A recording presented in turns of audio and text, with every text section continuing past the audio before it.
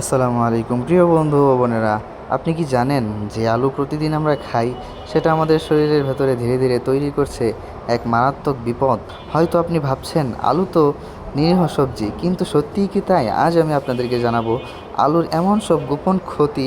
হ্যাঁ, আজ আমি আপনাদেরকে দেখাবো কিভাবে কিছু সাধারণ ভুলের কারণে আমাদের আলু হয়ে উঠতে পারে আমাদের স্বাস্থ্যের শত্রু হয়ে যায়, যা খেলে হতে পারে মারাত্মক বিষক্রিয়া।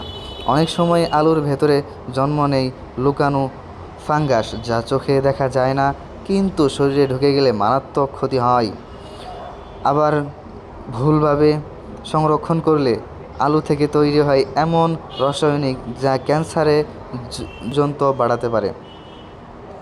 চলেন তাহলে জেনে নেই এই আলু খেলে কি হয়। 1 নম্বর, গ্যাস্ট্রিক ও হজম সমস্যা। আলুতে প্রচুর স্টার্চ থাকে, বেশি খেলে পেটে গ্যাস ফাঁপা হতে পারে। 2 নম্বর, ওজন বৃদ্ধি।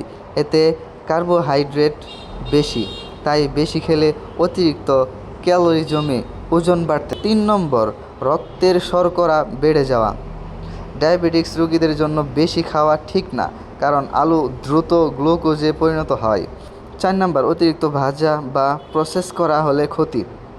ফ্রেঞ্চ ফ্রাই বা চিপস আকারে খেলে তেল ও সোডিয়ামের কারণে হার্ট ও লিভারের ক্ষতি হতে পারে।